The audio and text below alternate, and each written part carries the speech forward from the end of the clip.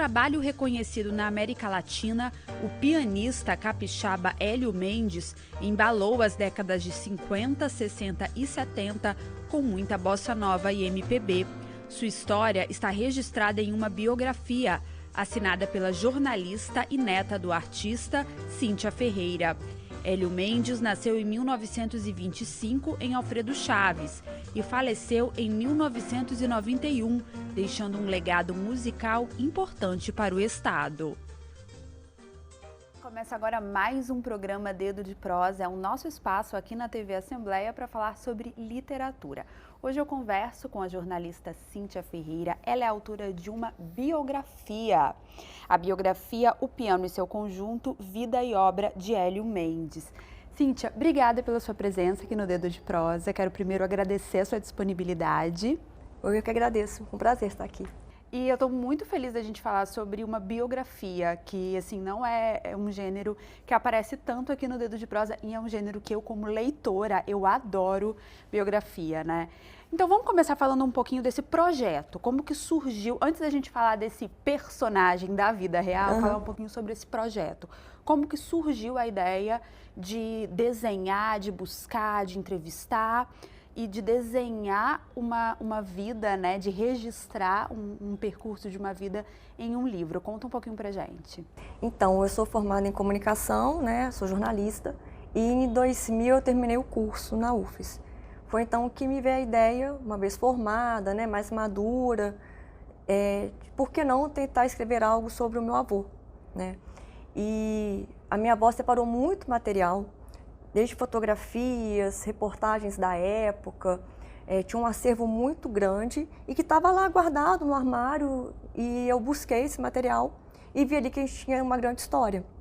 Conversei com algumas pessoas da área, elas me ensinaram o caminho, né, como produzir um livro, quais seriam os primeiros passos e foi a partir daí, em 2005, que surgiu a ideia de fazer um livro sobre o Hélio. A ideia surgiu em 2005, mas o livro ele é de 2019, a publicação dele. Então a gente tem aí um percurso. O que aconteceu nesse percurso?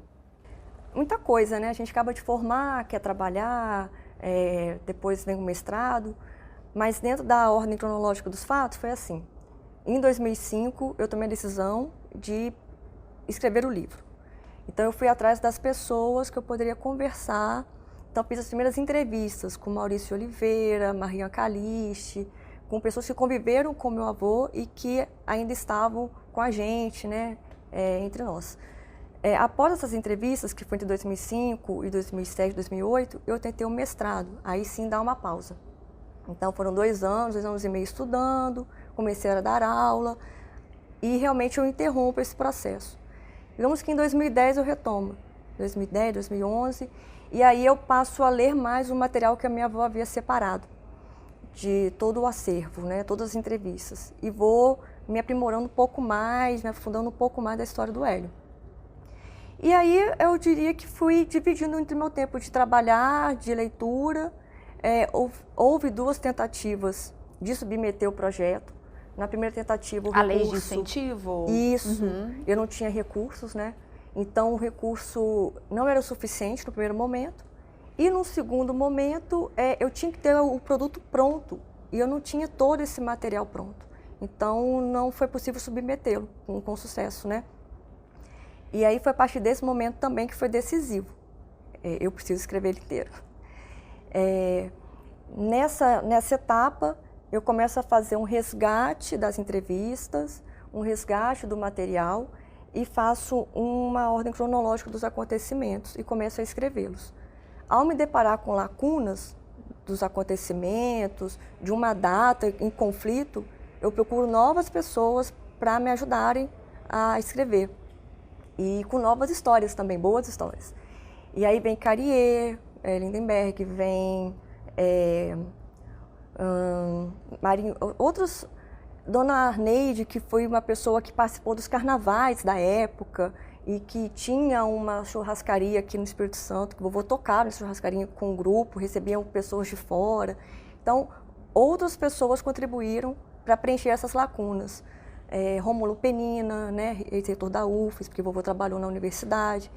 Então, essas pessoas me ajudaram bastante a finalizar, né, a amarrar essa história. Conta um pouquinho pra gente, você falou um pouco do processo, eu acho que a gente ainda vai falar, né, dele, mas eu queria que você contasse um pouquinho pra gente quem foi o seu biografado, pra gente entender. Uma referência? É. E eu acho que aí a gente vai misturar um pouco Sim. do trabalho da jornalista da neta, né? Eu acho que não tem como separar muito essa afetividade. Você fala, o seu olho já até brilha. Mas foi na faculdade eu li Fernando Moraes, A Ilha, eu li Chateau. Então eu gostava muito da narrativa e a forma como ele contava a história. Então foi uma boa referência, uma boa base. E o meu primo, Antônio Gurgel, ele é um grande jornalista e escritor capixaba, tem muita produção, e fez uma biografia sobre o pai dele, Mário Gurgel, que foi prefeito de Vitória, foi deputado, tem uma história política muito forte. E eu também foi uma inspiração, né? Então, alguém da família, enquanto jornalista, que também escrevia muitos livros, me ajudou bastante a como pensar essa estrutura, né? O que é uma biografia. Acho que foram essas referências próximas. E como foi trabalhar essa questão da profissional jornalista que estava conversando com essas fontes e organizando esse material, né, numa ordem cronológica para dar uma lógica ao processo, para construir essa biografia, e a sua relação afetiva como neta, né, do personagem principal dessa história? Porque eu penso que não dá para dividir muito não as coisas nessa hora. Eu fiz um esforço, eu reconheço que foi tentar a isenção.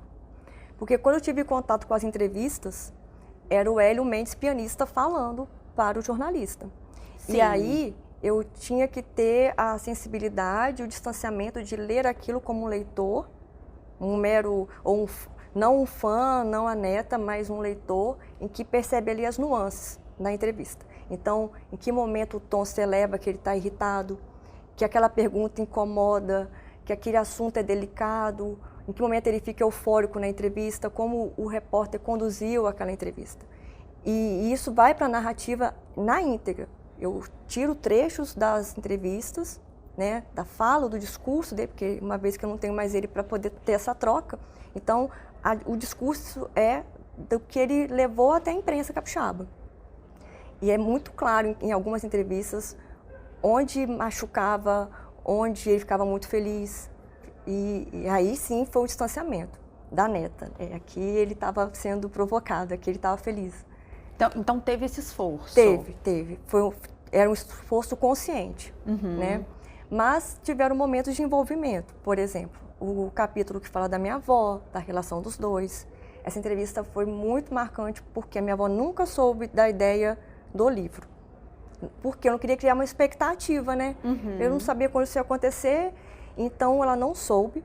Aí em agosto de 2016, 17, eu fiz uma entrevista com ela, um bate-papo, vamos falar um pouquinho sobre o vovô, a história de vocês. E eu gravei. E ela não sabia por quê. Você tá fazendo o quê, menina? Eu falei, nada, avó. E fui conversando com ela. Mas ela desconfiou, então. Desconfiou que eu ia fazer alguma coisa com esse material, né? Sim. Então, ela narrou toda a história deles. E aí eu ouvi-la. E aí o que aconteceu? 4 meses depois ela faleceu. E foi de infarto, foi uma coisa assim, pá. E aí quando eu fui novamente ver o vídeo e ouvir, foi bem difícil transcrever e escrever a história deles. Imagino, né? Então isso aí foi bem forte. E também ao falar de um filho que ele perdeu. Que foi no caso Hélio Dória, amigos do conjunto que disseram como foi para o Hélio viver o luto do filho. Então, escrever sobre o meu tio, que eu não pude conhecer, né, mas saber a importância dele para a família e como também foi uma morte muito violenta, foi um acidente de carro, né? Então, foram 2 capítulos difíceis, emocionalmente. Quando terminou, eu estava realmente sentindo, né, o peso daquela escrita. Você comentou que você tentou fazer esse distanciamento, principalmente quando você trabalhou com as entrevistas dele, né? Que era a voz dele falando. Agora, e quando você fez esse trabalho de entrevista com pessoas que conviveram com ele? Porque aí a gente também tem uma outra afetividade envolvida, né? Que é o olhar dessas pessoas que conviveram em determinados ambientes, né, em determinadas fases da vida, dando um outro viés, digamos assim, à história. Como é que foi esse trabalho de conversar com as pessoas? Algumas pessoas eu já conhecia, então foi um ótimo reencontro, foi muito prazeroso. Outros eu não conhecia, então foi um contato mais assim cuidadoso, né, explicando quem eu era, quem é você, né? Mas quando eu dizia, neto do Hélio Mendes, as pessoas ficavam muito felizes. E elas me recebiam em suas casas, então era um ambiente também muito afetuoso, muito acolhedor. E era um bate-papo. E as pessoas traziam as fotos, também tinham as suas memórias afetivas, né, em torno do Hélio. E o que me deixava muito feliz é que era unânime dentro do discurso das pessoas as suas impressões, né? De uma pessoa generosa, um cara apaixonado pela música, respeitoso com o seu público, sempre muito elogiado, que ele era muito educado, muito delicado com as pessoas no trato, né? E isso me deixava muito feliz. E quando eu via isso, eu me remetia como era o meu avô em casa, né? Ele era assim com as pessoas, dentro do seu núcleo familiar, né? Com os netos, com sua esposa, com seus filhos, extremamente respeitoso, não alterava a voz, cara, sabe? Então, tinha muito cuidado em falar com as pessoas e tratar todo mundo da mesma maneira, quem trabalhava para ele, né? Tem entrevistas, por exemplo, com taxistas que iam trabalhar com ele, pegar o material, né? E super carinhosos com o Hélio. Eu ia te perguntar justamente isso, se em alguma entrevista você captou alguma história e pensou, isso não combina muito com o meu avô, né? Mas então não, você viu que as histórias bateram. Batiam, sim. Até porque eram pessoas muito diferentes falando, né, de vários universos, da música, do jornalismo, ou pessoas que prestavam serviços para ele, os colegas do conjunto, e muitos adjetivos, né, se encontravam ali. Se você tivesse que contar pra gente, assim, a partir de todo esse trabalho que você fez, quem foi o seu avô? Difícil essa pergunta, né? Vamos tentar. Mas como músico ou a figura, o personagem? Vamos começar como músico. Que é autêntico, como ele mesmo defende, porque ele tinha uma preferência por um gênero, um estilo musical e ele o defendeu.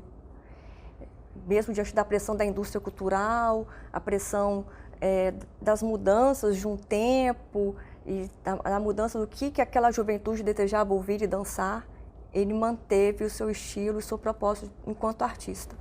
E isso teve um impacto no que tinha em volta dele? Em algum momento, sim, né? Porque em algum momento ele não tinha como sustentar isso.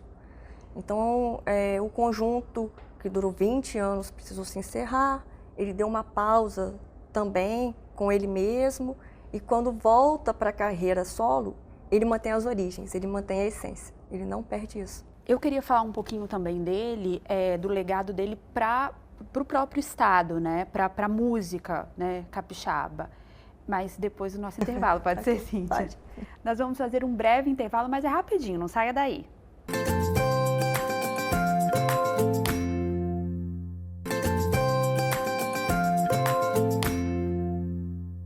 Estamos de volta com o segundo bloco do programa Dedo de Prosa. Hoje eu converso com a jornalista Cíntia Ferreira. Ela é autora dessa biografia, O Piano e Seu Conjunto, Vida e Obra de Hélio Mendes, também seu avô, que a gente já falou sobre isso um pouquinho aqui.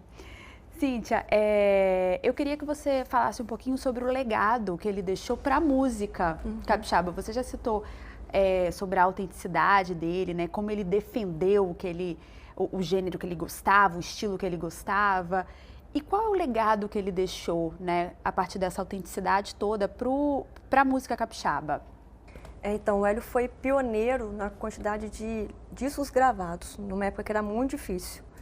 Então, esse é um dos maiores legados, que é a discografia. Foram 8 LPs, né, 7 discos com um compacto duplo, sendo que um deles, que foi assim, uma explosão de sucesso e ganhou prêmio, um prêmio nacional muito importante.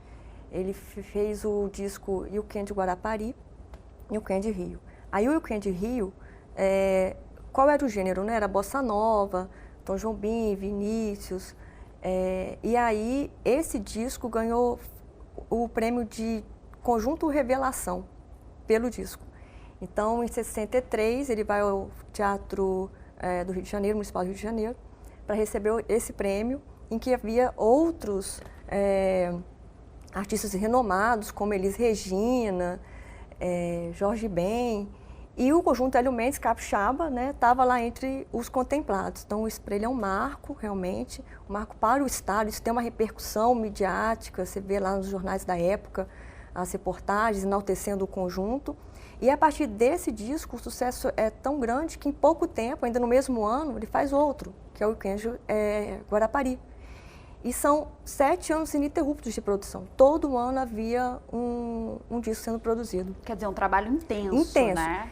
Aí, além dos discos, como também um que foi de grande sucesso, que é o Na Bossa, que é o trio Vagalume, com Maurício de Oliveira, além desses discos, tinha também os shows que rodavam o estado inteiro e fora do estado. As outras capitais, o Nordeste, o Rio,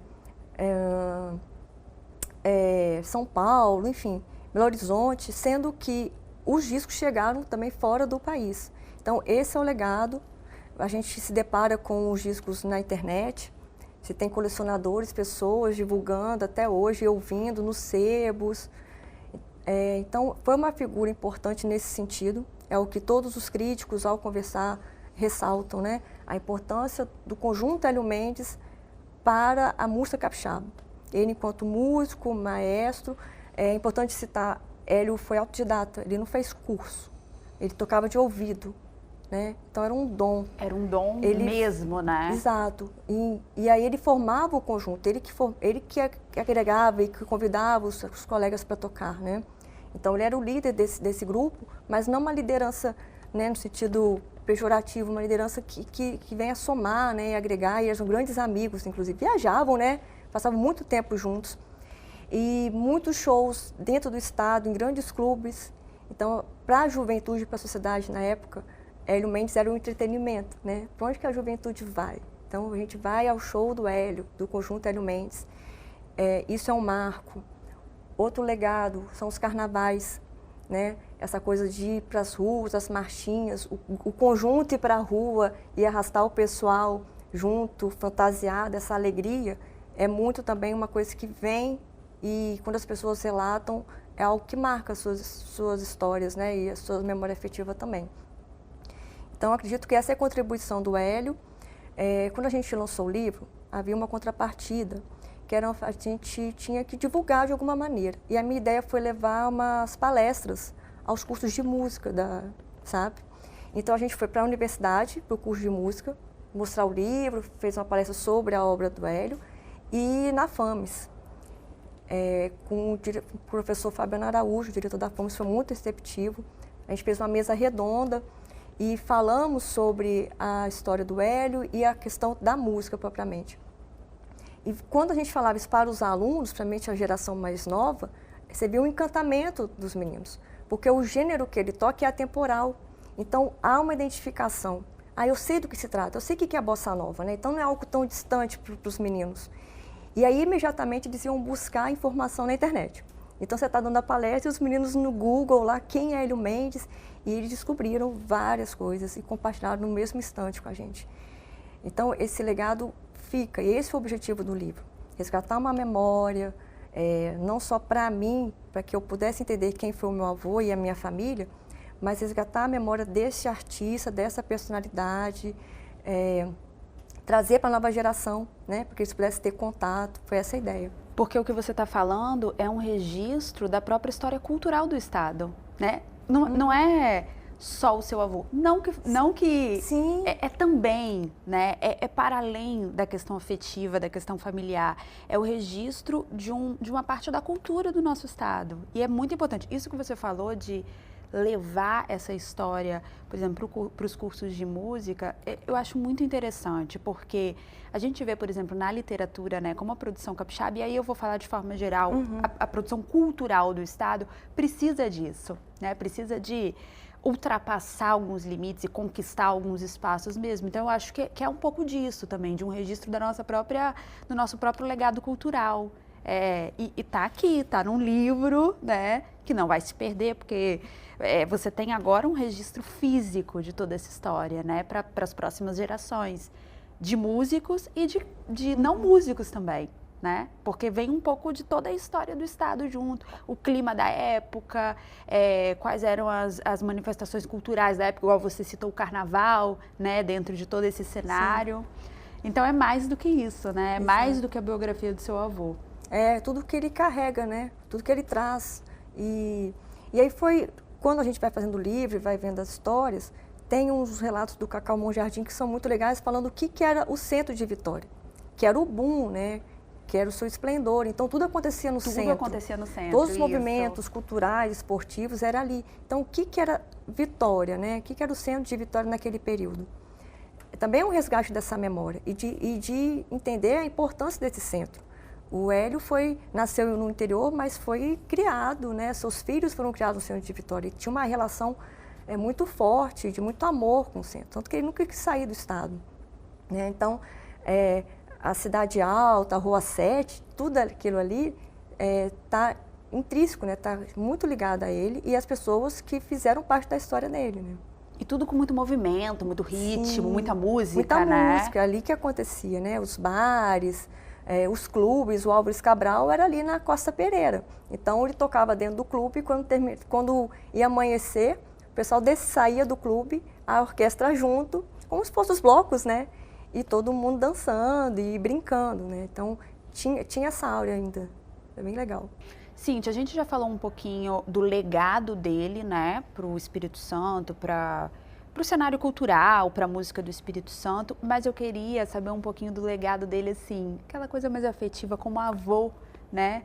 O que você se lembra? Porque você chegou a morar com ele, né? Há alguns anos. Então, o que você traz também disso para o livro e para a gente? Então, foram 3, 4 anos morando com ele, né, dentro da casa dos meus avós. E aí, nesse convívio, eu tive a oportunidade de vê-lo se preparando para os shows na carreira solo. Então, monta e desmonta o órgão, né, enorme, descendo pelas escadas com material, ele se arrumando, escolhendo a roupa, minha avó que ajudava, né, organizava tudo. A ansiedade dele, ainda havia uma ansiedade, uma expectativa, né, para esse momento de trabalho que levava muito a sério, então eu vi uma atenção na casa assim, nesses dias. E a casa dos meus avós era um ponto de encontro dos netos e dos filhos. Então, o final de semana era regada muito a música, de fato, né? As datas comemorativas, a gente se encontrava lá, tinha um quintal e com uma parreira, com uva, então, e rede. Então, era assim, é realmente uma memória de criança e muito gostoso ter vivido isso com ele, né? Eu acho que também o que eu sei muito de música, talvez no gosto, é muita influência dele, porque eu vi os discos com ele, né? Ele foi me apresentando esse universo também musical. Então, são algumas memórias que ficaram, assim, que me tocam. A relação afetiva dos meus avós, ele era muito carinhoso, muito romântico. Tem aí as cartinhas de amor, né? Então, o Dia dos Namorados, muitos anos de casamento, e ele lá com um buquê de flores, nunca esquecia. Data de casamento, trazia um bombom. E essas coisas me marcavam muito, profundamente. Cíntia, o nosso programa já está acabando, mas eu não quero deixar de mostrar para o pessoal que o livro, ele tem ele é muito rico também de fotos, né, de registros, de documentos, né? Eu achei isso também muito bacana, porque aí mostra todo um trabalho jornalístico por trás dele. Como é que foi um pouquinho, só para a gente terminar, como é que foi um pouquinho, assim, essa parte gráfica mesmo dele? Esse trabalho lindo eu devo a Mariane Rocha, né? A Mariane Rocha, a Nani, nossa designer, que fez um trabalho de pesquisa do universo da música para pensar na concepção do livro, com as teclas, como você vê na capa, que é remeter a um piano mesmo, as notas musicais. E ela fez um trabalho super importante de edição das imagens, porque, como eu disse, era um material muito antigo. Então, estavam amarelos os recortes de jornais, né? As fotos estavam se perdendo. Então, foram 142 arquivos editados entre fotografia, reportagens, as cartas, os troféus, tudo isso foi digitalizado e editado por ela. Todas essas fotos estavam no acervo do meu avô. Algumas pessoas também cederam as suas imagens, né? Então, foi um trabalho realmente de catalogar tudo isso inicialmente, depois selecionar o que iria para o livro, né? Dentro dessa ordem cronológica, como você viu. Então, pegar todos os discos, todos os troféus que ele recebeu, as homenagens, ainda depois que ele faleceu, né, em memória, como na Assembleia que ele teve também uma homenagem, uma honraria. Esse trabalho foi tão interessante na parte gráfica que a gente também fez palestra na UFES para os alunos do curso de desenho industrial, a convite da professora Geisa, porque ela queria que a gente contasse como é o processo de produção de um livro, mas o trabalho do designer, né? A importância do trabalho do designer para dialogar com o texto. Foi fundamental, sem dúvida. E o resultado está aqui, um livro lindo, uma biografia muito bonita, muito rica de referências. Adorei o nosso bate-papo. Eu quero agradecer muito a sua presença aqui no Dedo de Prosa e deixar as nossas portas sempre abertas. Eu gosto de deixar as portas do nosso programa sempre abertas para que as pessoas retornem. E elas costumam retornar, tá, Cíntia? Então, o convite está feito. Se tiver um novo projeto, volta para a gente conversar mais. Muito obrigada. Agradeço a oportunidade, o espaço e ótimo ter espaços como esse para que a gente possa levar a cultura capixaba, a produção capixaba, né? E estreitar esses laços. Muito obrigada. O programa Dedo de Prosa fica por aqui. Eu agradeço a sua companhia. Continue com a nossa programação. TV Assembleia, mais perto de você.